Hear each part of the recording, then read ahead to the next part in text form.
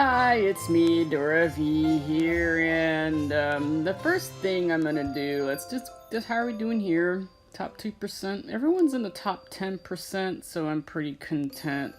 Yeah, look at these and this, yeah. Pretty much have been sustained, and Sarah's doing fine.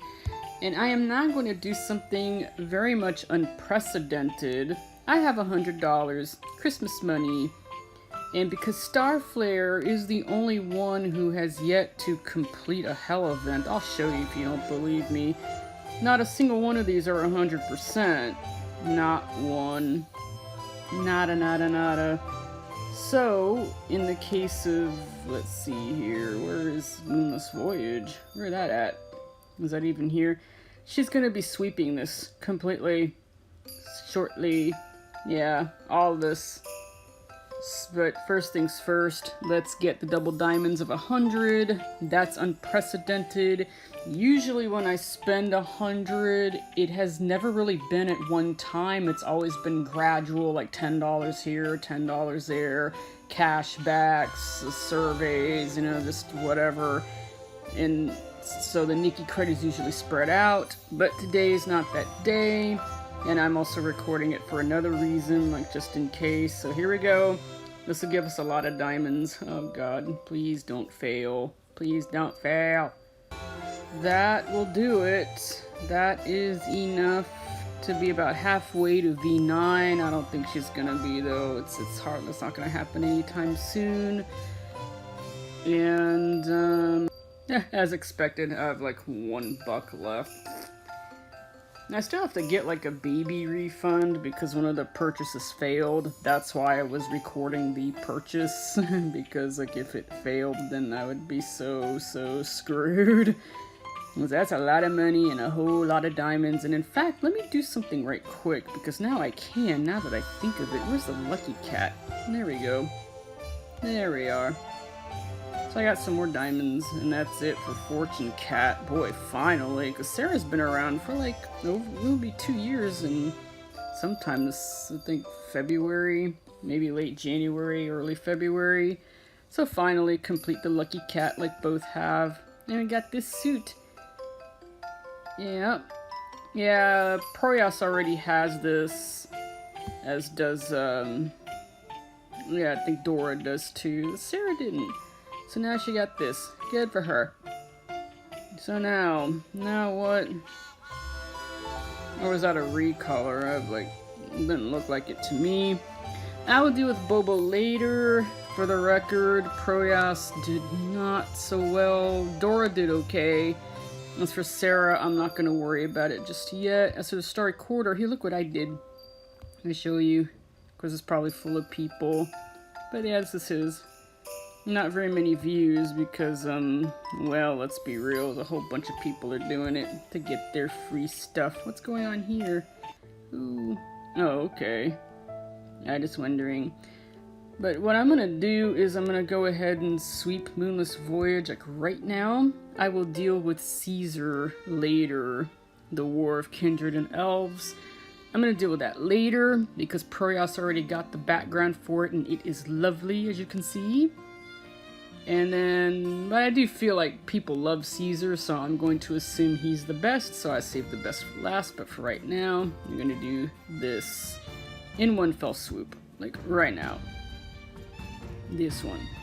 Watch me get all pirates. So, free chances. Yay. We got some stamina. Let's do this. Yeah. Holy. Yeah, and I'm trying to think, are there minor suits here? Because I haven't seen them. Oh, there's something else I forgot to do, and that's the charge suits, but I'll deal with that a little later. Let's see.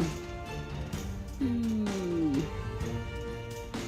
You know what's really interesting? It's that I chose the mermaid in it. It seems to me that the pirate is coming up. Let me see here. Flora grew up in Pigeon Forest. She would go out to play and linger in front of blooming flowers in spring. Oh, that's a cute little suit. Oh, that's a cute dress. Breeze dyed the earth green in spring. Flora heard of a rare flower that only bloomed at midnight in the forest. Okay. See, to pick the flower, Flora put her hand into the thorns. Suddenly, a man caught her and saved her from a venomous snake. Oh no, so you're in their territory, so the snake got scared. That's why it bit you. Although Flora wasn't hurt, the boy was bitten by the snake. Uh-oh, Flora took him to the elves' camp to attend him carefully. Let's see. After Flora knew the boy had been living a miserable life since childhood, she pleaded her fellows to take him in. Oh no. The boy was curious about things, so Flora taught him what she knew. Others treated him as one of their fellows. Aww. The boy became a soldier. Staring at his resolute profile, Flora felt she seemed to have fallen in love with him. Oh, don't give me mirror sad. One day, news of the defense line's collapse came. As Kindred approached the city, Flora's sweetheart disappeared. Oh boy, Kindred, what's up with you? Guarding the border turned more arduous. Although the two could only meet for a short time, she felt quite, I'm gonna say happy. She felt quite happy, okay? She's happy. Okay, I got more of the mermaid. That's great. What's this? Celine grew up by a clear spring. Her clansmen had been guarding the holy spring, and they lived a carefree life. That's some gorgeous-ass hair, you know. And that's a nice shirt. Celine and her father treated sick elves visiting the holy spring, so her family often received patience gifts. Okay. Father asked Celine to distribute food to the poor in the villages. Oh, Celine visited villages and saw cruel scenes. Yeah, it's a war, what do you expect? One day, Celine met a seriously injured young man. Seeing the disheartened man, she guessed he might be a refugee. According to the young man, the war between Kindred and elves turned white hot and civilians were suffering. Celine healed wounds of a soldier fighting with enemies. His troop was ambushed, and he survived by fleeing. Early the next morning, the young man left. She asked him why he was in a hurry. He said he refused to be a coward. Okay. And then this one. Sandra was born in a human city to the east of Pigeon Forest. She received good riding education since childhood. Okay, so she's a horseback rider then. Okay. At the age of 16, Sandra gained notoriety by winning the royal competition with her favorite horse, Cars. Okay. Okay. The family was proud of Sandra, but no one knew what she really wanted. She became the youngest cavalry member. Oh, that's cool. Experienced cavalry members didn't take Sandra seriously. She had many setbacks and suffered unimaginable pressure. Yeah, Probably trying to set her up to fail so they can wag their finger and tell her that she can't do it. Blah, blah, blah. And it's ageism and sexism, maybe. Well, anyway. Sandra was of noble birth, but her skills were useless on the battlefield. She decided to improve in real combat. Okay, them boots. Yeah, I'm putting those on my boys. My boy suits. Anyway. Although her parents refused her, Sandra still went to the front line. The cruel battle roused her greater courage. Okay. After the war ended, Sandra accepted her first Medal of Glory. From then on, she worked harder and made contributions. The war raged again, but father was ill. Sandra was caught in a dilemma between attending father and protecting the city. Wonder if a male would have that problem. I don't know. Sandra had a long talk with parents about her ambition. Finally, they agreed to her choice and watched her leave. Oh, that's fine. Yeah, okay. Let's see what we got here. Moonlight rested on Lorelei's strings to listen to her dream serenade composed for the sleeping people. Lorelei's songs changed with her daily experience, and she'd like to offer her songs to all beautiful things. Mermaids believe those with purer souls can sing more heart-touching songs. I don't know about that. Lorelei is undoubtedly one of the best. Lorelei had magic power to calm everything down. Whenever she sang, Melody's whirlpools would turn gentle. Okay, pirates up. The little seagull didn't understand Josie's voice, and it hadn't seen enough beautiful scenery. Before the war came, Josie's biggest trouble is the pain on the airship. She thought all dreams would come true. Elves fought fiercely with Kindred. Josie's hometown was reduced to ruins by Kindred, and wind brought the news. Perhaps the moon was beautiful, but there was no quiet forest. Without hesitation, Josie returned to Pigeon. Okay. Some more diamonds. Yeah, getting up higher. Hold on.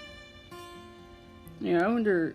I don't think you could do an exchange like you could with Miracle Concert. Sarah's really, lots and lots and lots. See what else we got. Lots. At least getting some diamonds back, so that's pretty cool. And if we're high enough... Wait, let me see. Oh, dear. Oh! Got a suit. You got a suit. Let me just get this out of the way. Come on. It is said that snails and clams in Lake Beauvalet are recorders, which you hear water sound and Lorelei singing. Lorelei's songs are more than audio enjoyment. It blooms in your heart and brings comfort to your heart. Okay, that could have been worded better, but that's fine.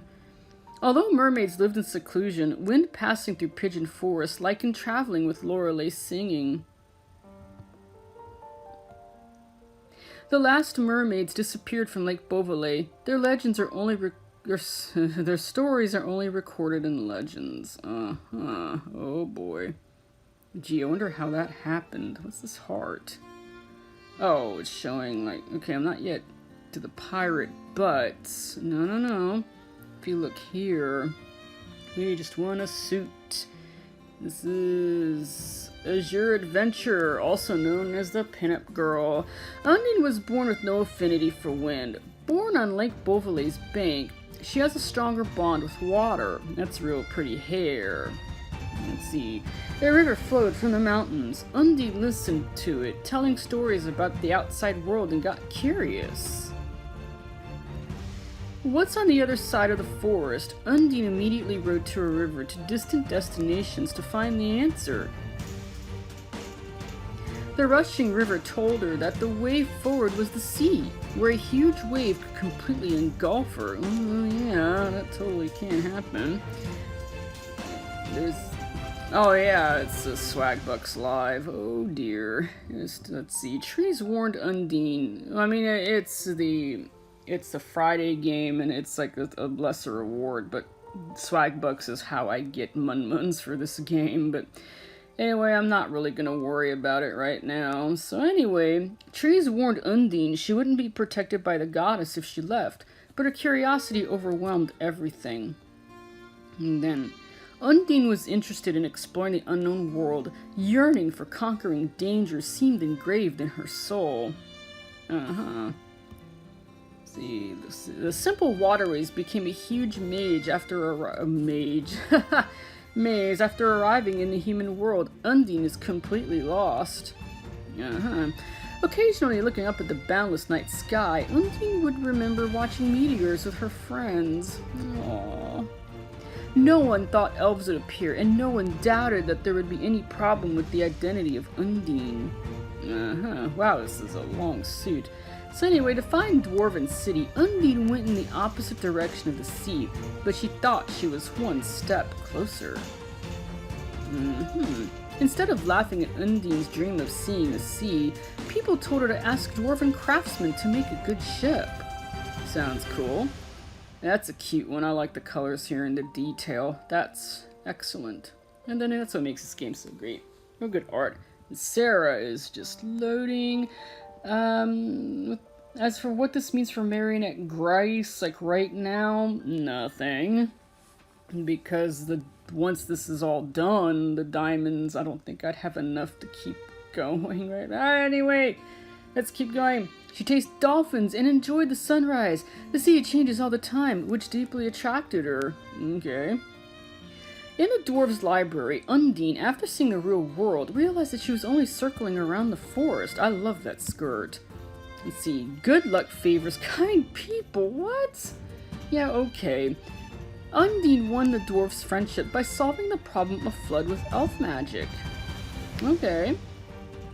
Undine set out with a map in her mind. She arrived in the sea without a ship, where the water is enthusiastic. Okay. She dived into the sea to explore coral forest and enjoy submarine lava. All corners in the sea were different. Okay. That's cute makeup. The vast sea is like Undine's second homeland. After finishing an adventure, she would go to the sea for a rest. Aww, that's precious. And then Undine confided her feelings to seagulls and shared secrets with whales. Having friends, she never felt lonely. Lovely Undine toured around Mirrorland and made many friends. The stories about her are well known. Currents formed a ship, as per Undine's will, which carried her on long voyages into other parts of the world. Jesus. That's a nice background. After filling up an adventure map, Undine wanted to return to Lake Beauvalet to share travel experiences with friends. Oh, that's great. Damn. Okay, I guess I have to claim more rewards? What are you talking about? Oh, this... okay. Sandra went to battle. She made useful tactics according to warring parties' features and terrain conditions. This must be a recolor. Yeah. Sandra's forces... I like that coat, by the way. Sandra's forces captured several strategic strongholds. She was promoted to a key member of the combat. Shouldn't that be think tank? But that's a nice dress. Sandra saved a girl on the battlefield. She learned that many refugees are trapped in a nearby valley. Sandra asked an elite squad to join her to rescue refugees. After being pursued by enemies, they hid in the cave. While soldiers blamed each other, Sandra was silent. After they stopped, she decided to go out alone and seek help. Okay. Recalling the craziest ride she learned, Sandra rode hard to rush onto the battlefield. Okay. With strong will, Sandra fought a bloody battle, enjoyed forces with troops, and rescued the trapped. Okay. War on the continent dragged on, and it involved more and more peoples. Sandra stopped being happy for victories. I guess I started feeling fiery. She yearned for battlefield pleasure and won honors. Now she makes her strongest statement about war. What, speak softly and carry a big stick? I guess that kind of helps. So I guess like she kind of went anti-war. That totally can happen. Certainly not without precedent. I don't know if I said that right, but anyway. I mean, it's certainly not all Mira sad. I think, like, some of the stories are happy, others are bittersweet, others are kind of neutral, and some are definitely sad. At least that's how I see it. So anyway, let's deal with the other minor suit. Flora didn't believe her sweetheart had disappeared. She searched all hospitals and learned truth from a soldier. The man's real purpose was to steal the elves' military plans. All this is a conspiracy between him and the kindred. Flora couldn't accept the truth. She kept asking about conspiracy details until she was forcibly taken away. Well, it is hard to believe. Heartbroken, Flora wrote a letter to ask the man the reasons. When the pigeon left, half her soul went with it. Oh boy, here's the mirror sad. Her beautiful homeland was ruined by the war. Desolate scenes gave rise to unprecedented hatred in Flora's heart. Oh boy. Soon, Flora learned a more heartbreaking fact that a pigeon was found nailed to a tree trunk on the battlefield. Holy shit. Good memories faded into shadow as she saw the bloodstained note. Those days were gone, leaving inescapable. Flora went to the front line. No matter what, she would make those that caused pain pay the price. Oof, can't say I blame her. Flora had buried the pigeon with her remaining emotions. She recalled clues and made a plan for revenge. That's it? Okay. Let me just see about getting to the minor suits. That should put me on top of this. Oh no! Oh, that's this. Oh no, I don't think so. I'm not interested in that. No! Did I already get like... No, I think to get guardian gift would take an awful lot. Like, I wouldn't bother with that. So, well, let's just go ahead and see here. Childhood dreams may have such flavors as sweetness of candies or fragrance of roses. Josie's dream is very clear. Josie built an airship having clear lines and beautiful colors. It seemed that the vehicle could take her anywhere. Well, it's an airship, I should hope so. She began traveling around the continent. Looking down, she found everything was like a distant and hazy, what exactly, shade of winter? I mean, what? The fiercest conflicts generate firmest beliefs. Well, there's truth to that. As the war dragged on, Josie realized what she wanted to do. Okay, and as for the Siren? Come on. Lorelei seldom sang solo. Oh, swag bucks. I'm just gonna go ahead and skip swag bucks because I think by the time I get done with this, the quiz show would be done. Anyway, Lorelei seldom sang solo, as other mermaids would join her. All their singing would produce magnificent movements. In the distant past, there were fantastic creatures in Pigeon Forest, and legendary mermaids lived in Lake Beauvalet. That must be some lake. Is that like a great lake? Because damn, son. There were tides in the lake. As Lorelei's singing changed, the tide rose amid high notes and fell amid bass. Okay, damn. Must be some party going on over there. After hearing her song, elves living in Pigeon Forest sent light to enable the city of mermaids to enjoy sunshine. Aww. And then the kindred took a dump on it? Whatever. Seeing the melting of snow, she hummed a ditty that was spread by birds. Later on, all birds sing it as spring begins. Okay. That's fabulous. Next. Ah, boy. Damn, all this. Looks like the mermaid suit is now complete. At least from what I can see.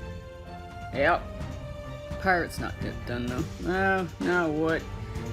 The young man's tears moved Celine. After obtaining consent, she took medicine and went to the front line with him. I love that hair, not gonna lie. The young man went to the front line and he asked Celine to stay in a safer shelter to help the injured. Okay. Oh, that's a nice dress. I like the color, black and pink.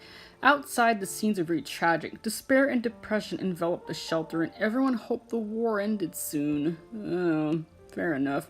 Brutal war didn't abate because of people's expectations. As elves are losing ground, the shelter had to be moved, I guess? Praying to the Holy Spring couldn't spare the wounded from death. Celine could only erect a tombstone for them. Celine often wondered about the soldiers' whereabouts. She realized that a man was too small in a war. Yeah, think. Celine was different from the girl who served the Holy Spring. She would devote everything to realize peace. Okay, and this is the final part of the mermaids, so yay. So all that's left is the pirate. No, we still got 300 up here, some flowers, but let me deal with her first. Okay. Clams in a lake, revealing pearls for Lorelei, hope to decorate her long hair and skirt to add charm to her. That's really beautiful, not gonna lie. Love this dress. Like, wow, almost all mermaids are good at singing, and their leader, Lorelei, is famous for her singing on the continent. Cool. Lorelei's eyes are as clear and deep as Lake Beauvalet. She stared at things tenderly and was as inclusive as water. Aww. She composed love songs for people and injected affection into them, which are directly passed to people's minds. Oh, music will do that to you. Water gently caressed Lorelei's fishtail and polished her scales. Lorelei in waves was more dazzling than a star. And that's it. So, yeah, that's the end of her. Yeah. Yeah, I'm sure there's more in the achievement box. How about this one? Oh, we got some ties here. Complete time to unlock the... Okay. I won bunny time. Seeing the burning forest through binoculars, she quickly turned the ship around and set out for victory. She waved goodbye to the azure dew ocean and the whitecaps waved back. The whitecaps, don't worry, I'll be back soon. The sun shone on what was once a fairyland. Beautiful things might not last long, but the heart remains strong. Oh, isn't that special? Yeah, it's something to do here. Yeah, that. At least I got some. That's 300, but well, anyway. So we still got the pirate, so let's deal with her. Oh, come on. At this point, it should just be flying wings. Yeah, that sounds about right. Yep. And then let me just get the suit complete. They're pretty close to it. No. Do we get any? Yeah, one flying wing. Oh, wait. Oh, that's perfect. 70. Yep. Hooray. So 58. See what we got here. If you look down from a very high place, you'll discover everyone is as small as dust. Have you seen that before? Well, yeah, because I've been in airplanes, so that's a nice coat. Dwarf Josie has hands as good as machines as her mother. She dreamed of building an airship to tour the continent.